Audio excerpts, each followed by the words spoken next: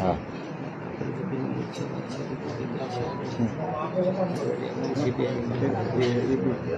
હા તો આપણી વચ્ચે ડેડિયાપાડા ધારાસભ્ય ચેતરભાઈ છે અને આદિવાસી આગેવાન તરીકે અમે લોકો ઓળખીએ છીએ એમને. પાર્ટીના છે કે નહીં એ ખબર નથી અમને. અત્યારે અમારા આદિવાસી બે જે વાઘો છે અમારા દક્ષિણ ગુજરાતના તે તમારી સાથે છે. એટલે બંને અલગ અલગ પાર્ટીના છે પણ આદિવાસીઓ છે એટલે અમે લોકો આદિવાસીઓ નેતા ગણીએ છીએ, અમને પાર્ટીના નથી ગણતા. એટલા માટે આ અમારી સાથે છે. તો હું ચેતરભાઈને વિનંતી કરું કે પ્રેસને સંબોધે. ગુજરાતમાં અને દેશમાં આદિવાસી સમુદાય ખૂબ મોટો સમુદાય છે અને ગુજરાતમાં પણ 15% જેટલા આદિવાસીઓ વસે છે. છતાંય અનેક પ્રશ્નો ઉપસ્થિત થાય છે. તેમાંથી તમે બધા જાણો છો. હમણાં થોડા દિવસ પહેલાં એટલે કે 6 તારીખે સાંજે જે કેવડિયા ખાતે ટ્રાઇબલ મ્યુઝિયમ છે જેનું ખાતમુહૂર્ત દેશના વડાપ્રધાન શ્રી નરેન્દ્રભાઈ મોદીજીએ 31 ઓક્ટોબર 2018ના રોજ કર્યું હતું અને એ પ્રોજેક્ટ 257 કરોડના ખર્ચા બાદ પણ આજે ચાલુ હતો. અને એ જ ગામના બે યુવાનો સાંજે જમ્યા બાદ ત્યાં ફરવા માટે જાય છે અને કાયમની જેમ જ ત્યાં બેસે છે. ત્યારે એ જ પ્રોજેક્ટના કન્સ્ટ્રક્શન જે સત્યમ કન્સ્ટ્રક્શન અમદાવાદની એજન્સી હતી, એજન્સીના માણસો એમને ત્યાંથી પકડે છે, કપડાં ઉતારાવે છે અને એમને થાંભલા જોડે પિલ્લરો જોડે બાંધીને એટલી બેરહમીથી મારે છે કે લગભગ 3-3.5 કલાકનો માર ખાધા બાદ જયેશભાઈ સનાભાઈ તડવી ત્યાં ને ત્યાં બેહોશ થઈ જાય છે.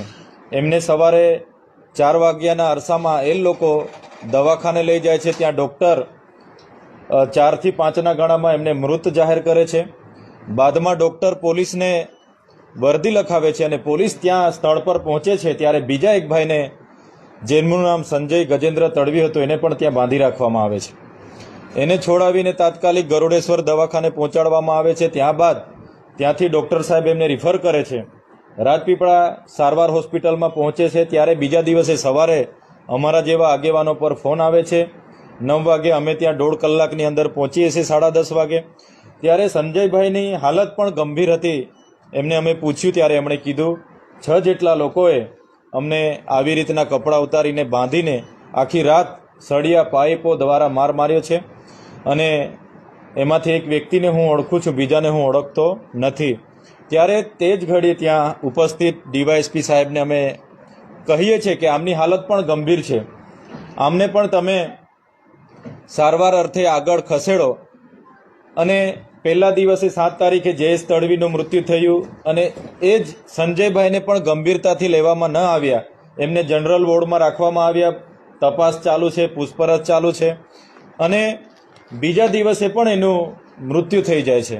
ત્યારે પ્રશ્ન એ ઉપસ્થિત થાય છે, જે વિસ્તારમાં આટલો મોટો આદિવાસી સમાજ વસતો હોય, એ વિસ્તાર અમારો છે, વસ્તી અમારી છે અને અમે જમીનો આપી છે, છતાંય અમારા લોકોને આવી રીતના બેરહમીથી મારવામાં આવ્યો. અને મરી ગયા બાદ પોલીસ તંત્ર દ્વારા એવું સ્ટેટમેન્ટ આપવામાં આવ્યું કે એ લોકો તો ત્યાં ચોરી કરવા માટે ગયા હતા. ત્યારે જે તે જ દિવસે અમે પોલીસ વિભાગના પોલીસ અધિક્ષક શ્રી પ્રશાંતભાઈ સુંબેજીને પણ મળ્યા. એમને પણ અમે કીધું કે તમારી પાસે કોઈ એવિડન્સ હોય, કોઈ સીસીટીવી ફૂટેજ હોય કે અમારા છોકરાઓ ત્યાં ચોરી કરવા માટે આવ્યા હતા તો તમે જાહેરમાં પણ આપી શકો છો, પ્રેસ મીડિયાને પણ આપો ને અમને પણ આપો. છતાંય એ કેસને સામાન્ય રીતે પતાવવા માટે ચોરીનો અમારા છોકરા પર આક્ષેપ મૂકવામાં આવ્યો. બાદમાં અમે ઉગ્રતાથી રજૂઆતો કરી અને ત્યારબાદ પોલીસ એક્શનમાં આવી, ત્યારબાદ સરકાર એક્શનમાં આવી. છતાંય એમણે જે અમને બાહેધરી આપી હતી કે અમે જે જગ્યા પર બનાવ બન્યો છે એ જગ્યા એસઓયુ સત્તામંડળ હસ્તક હમણાં લીધી છે, તો એ એસઓયુ સત્તામંડળના નોડલ અધિકારીનું નામ એફઆઈઆરમાં નાખીશું. જે એજન્સીના કહેવાથી ત્યાંના લોકોએ માર માર્યો છે એજન્સીનું નામ નાખીશું. પણ આજ દિન સુધી એ એજન્સીનું નામ કે સત્તામંડળના નોડલ અધિકારીનું નામ એફઆઈઆરમાં નાખવામાં નથી આવ્યું. આજ દિન સુધી આપણે એફઆઈઆર ઓનલાઈનમાં સર્ચ કરીશું તો એફઆઈઆર પણ ઓનલાઈનમાં મૂકવામાં નથી આવી, ત્યારે અમને શંકા ઉપજાવે છે કે આ તમામ ઘટનામાં પોલીસ પણ કોઈના દબાણ હેઠળ કામ કરતી હશે એવું અમને લાગે છે. બધા જ આગેવાનો અમે ત્યાં ઉપસ્થિત હતા. અમે સામાજિક રીતે નક્કી કર્યું હતું કે 8 તારીખે 2 યુવાનોના મૃત્યુ થયા, ત્યારે 9 તારીખે કેવડિયા ગરડેશ્વર ખાતે અમે વિશ્વ આદિવાસી દિવસ નહીં મનાવીશું અને બંધ પાડીને આક્રોશ દિવસ મનાવીશું. ત્યારે સ્વયંભૂ શાંતિપૂર્ણ એ દિવસે ત્યાં બંધ રહ્યું અને અમે 8 તારીખે જ નક્કી કર્યું હતું કે 13 તારીખે જે 5 દિવસનું એ વિસ્તારમાં કાણ કે બેસણું કે એ દિવસે અમે બધા જ આગેવાનો ત્યાં શ્રદ્ધાંજલિ આપવા જઈશું અને અમે બધા જ એક આદિવાસી સમાજના આગેવાન તરીકે, પ્રતિનિધિ તરીકે અમે ત્યાં બધા જવાના હતા. 8 તારીખે પોલીસ અધિક્ષકને સહમતિથી અમે બધાને જાણ કરી, આહવાન કર્યું, છતાંય અમને એમના શ્રદ્ધાંજલિના બેસણાના કાર્યક્રમમાં તે દિવસે જવા દેવામાં નથી આવ્યા. અમે તમામ આગેવાનોને પોતપોતાના ઘરે નજરકેદ કરવામાં આવ્યા. ત્યારે સંવિધાનિક જે અમને અધિકારો મળ્યા છે, અમે એક મેસેજ આપવા માગતા હતા કે જ્યારે પણ આદિવાસી સમાજ સાથે આવા અત્યાચારો, અન્યાયો થશે ત્યારે અમે એક સંપ થઈને પક્ષ, પાર્ટી, સંગઠનો કે સંપ્રદાયોથી ઉપર આવીને એક એકતા બતાવીશું, એ મેસેજ આપવા માગતા હતા. છતાંય અમને કેવડિયા પહોંચવા દેવામાં નથી આવ્યા. એટલા માટે અમે ચોક્કસ એવું માનીએ છીએ કે આ પોલીસની કામગીરીમાં પણ અમને શંકા ઉપજાવે છે અને આદિવાસી સમાજને એક નહીં થવા દેવા માટેની શાસક પક્ષની પણ એક મેલી મુરાદ હશે એવું અમે માનીએ છીએ. ત્યારે આવનાર દિવસોમાં આ કેવડિયાના યુવાનોને અગર પોલીસ ન્યાય નથી આપી શકતી તો સીબીઆઈની જાંચ અમે આજના આપણા માધ્યમથી માગણી કરીએ છીએ કે આમાં સીબીઆઈ તપાસ થાય અને જે પણ લોકો આમાં જવાબદાર છે એ લોકો પર કડકમાં કડક કાર્યવાહી કરીને અમારા યુવાનો જે એકનેક દીકરાઓ હતા જે મૃત્યુ પામ્યા છે એમના પરિવારને યોગ્ય ન્યાય મળે એ આજના આપના માધ્યમથી અમે માંગ કરીએ છીએ. ધન્યવાદ. Thank you very much. કોઈ પ્રેસ મીડિયાનો કોઈ સવાલ હોય તો સામે રાયોટિંગને એટ્રોસિટી દાખલ કરીને ધરપકડ કરવામાં આવી છે.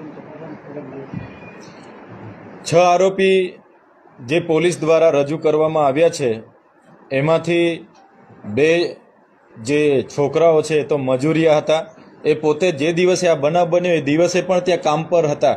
એમને આ બનાવ જરાય ખબર નહોતી, પણ સત્યમ કન્સ્ટ્રક્શનના માલિકે એમને કીધું કે તમે હાલના તબક્કે હાજર થઈ જાઓ, તમને જેલમાં રહીને પણ અમે પગાર આપીશું. આજે પણ એમને તમે મળવા જશો, આજે પણ એ જ કહેશે કે અમને પગાર આપવાના નાતે અમને રજૂ કરી, અમે ફસાઈ ગયા છે, અમને અહીંથી છોડાવો. એટલે 6 માંથી 2 છોકરાઓ નિર્દોષ છે અને બીજા જે કંઈ છે એ આરોપી છે. 2 જણને બચાવવા માટે 2 મજૂરોને ત્યાં હાજર કરી દેવામાં આવ્યા છે. આ આખો માનવ સર્જિત, પૂર્વાયોજિત વધ કહેવાય છે. કેમ કે કોઈ માણસને આટલી બેરહેમીથી કોઈ પણ કારણ વગર, કોઈ તો કારણ હોવું જોઈએ, કોઈ પણ કારણ વગર બાંધીને કપડાં ઉતારીને મરી જાય ત્યાં સુધી મારવાનો, એટલે આ એક કેવી નિમ્ન કક્ષાની વિચારધારા હશે, વિચારસરણી હશે કે જે લોકોએ અમારા સમાજના યુવાનોને કેટલા નિમ્ન કક્ષાએ જઈને આટલી બેરહેમીથી માર્યા છે. ત્યારે અમે ખૂબ દુઃખી અને વ્યથિત છે. એટલા માટે અમે સીબીઆઈ તપાસની માંગ કરીએ છીએ, કેમ કે અમને પોલીસની તપાસ પર શંકા ઉપજાવે છે. ત્યાં અમે પહોંચીએ છીએ તો ઘરના કોઈ પણ વ્યક્તિને ત્યાં પહોંચવા દેવામાં નથી આવતા. અમે જઈએ બાદ અમે મળીએ છીએ ત્યારે અમે કહીએ છીએ કે અમને આટલી બધી ઈજા સાની થઈ, પછી કાર્યવાહી થાય છે. સાથે સાથે જે પણ પીએમના પંચક્યાસો કરવામાં આવેલા છે, ઇન્વેસ્ટનામામાં એક પણ ગામના કે ઘરના વ્યક્તિને અંદર લેવામાં નથી આવ્યા. પોલીસ અધિકારીઓ જ હાજરી બતાવીને બધું પંચક્યાસો અને ઇન્વેસ્ટનામા પણ એમણે ભર્યા છે. સાક્ષી પણ પંચો અને સાક્ષી પણ સ્થાનિક લોકોને લેવામાં નથી આવ્યા. એટલા માટે અમને શંકા ઉપજાવે છે કે કાલે ઉઠીને એજન્સી ખૂબ મોટી છે, મંત્રી તંત્રીઓ સાથે ઉઠનારી બેસનારી એજન્સી છે. કાલે ઉઠીને ચાર્જશીટ કે જેમાં પણ પોલીસ એમાં સામાન્ય બનાવની જેમ બનાવીને રજૂ કરી શકે તો અમારા લોકોને ન્યાય નહીં મળશે એવી અમને શંકા ઉપજાવે છે. એટલા માટે અમે સીબીઆઈ તપાસની માંગ કરી રહ્યા છીએ. ચૈતરભાઈ, ખાસ કરીને એસસી ને એસટી વર્ગ જ્યારથી આ સરકાર છે ત્યારથી અત્યાચારો વધ્યા છે. ચૂંટાયેલી પાકના નેતાઓ સંસદમાં હોય કે વિધાનસભામાં હોય, આના માટે જે કહેવાય કે વિરોધ થવો જોઈએ કે પર્ટિક્યુલર આ સમાજોને ટાર્ગેટ કરી પોલીસ સાથે સંઘર્ષ કર્યા બાદ જ ફરિયાદો લેતા હોય, ફરિયાદ લીધા પછી તાત્કાલિક જામીન થઈ જતા હોય, તો આના મુદ્દે શું કહેશો તમે? આવા બનાવો તો રોજબરોજ અનેક બને છે. આ તો નમૂનો છે. આ તો અમે બધા ત્યાં પહોંચીએ છીએ, અમારી એકતા બતાવીએ છીએ. એટલા માટે પ્રશાસન અને સરકાર આને ગંભીરતાથી લે છે. અગર અમે ના પહોંચીએ તો એને 12 વાગ્યા સુધીમાં તેમની અગ્નિ સંસ્કાર પણ થઈ જતા, કોઈને ખબર પણ ના પડતી. એમની કાર્યવાહી ચાલુ છે એમ ચાલતે. પણ અમે બધા પહોંચીએ છીએ. અમારી એકતા જોઈને સરકારે એની નોંધ લીધી અને પછી એમના મંત્રી તંત્રીઓ ત્યાં એમના પરિવારની મુલાકાતે આવ્યા. ત્યાં સ્થાનિક આગેવાન પણ 7, 8 અને 9 તારીખે 3 દિવસ સુધી કોઈ ત્યાં જતું નથી. પણ આખા સમાજનો આક્રોશ જોઈને પછી 10 તારીખે બધા ત્યાં મુલાકાતે પહોંચે છે. એટલે ચોક્કસ માનીએ છીએ કે ગુજરાત હોય કે દેશ હોય, SC/ST સમાજના તમામ લોકો સાથે આવા અનેક ઘટનાઓ ઘટે છે, પણ તેના પર પડદાઓ પડી જાય છે અને એ બહાર નથી આવતા. અને આવનાર દિવસોમાં અમે એ જ પ્રયાસો કરી રહ્યા છીએ કે બધા સાથે રહીએ, બધાને જાગૃતતા આવે અને જ્યાં પણ આવી ઘટના ઘટે ત્યાં બધા એક થઈને લડીએ અને એમને ન્યાય અપાવવાનું કામ કરીએ. એમાં અમારા પ્રયાસો રહેશે.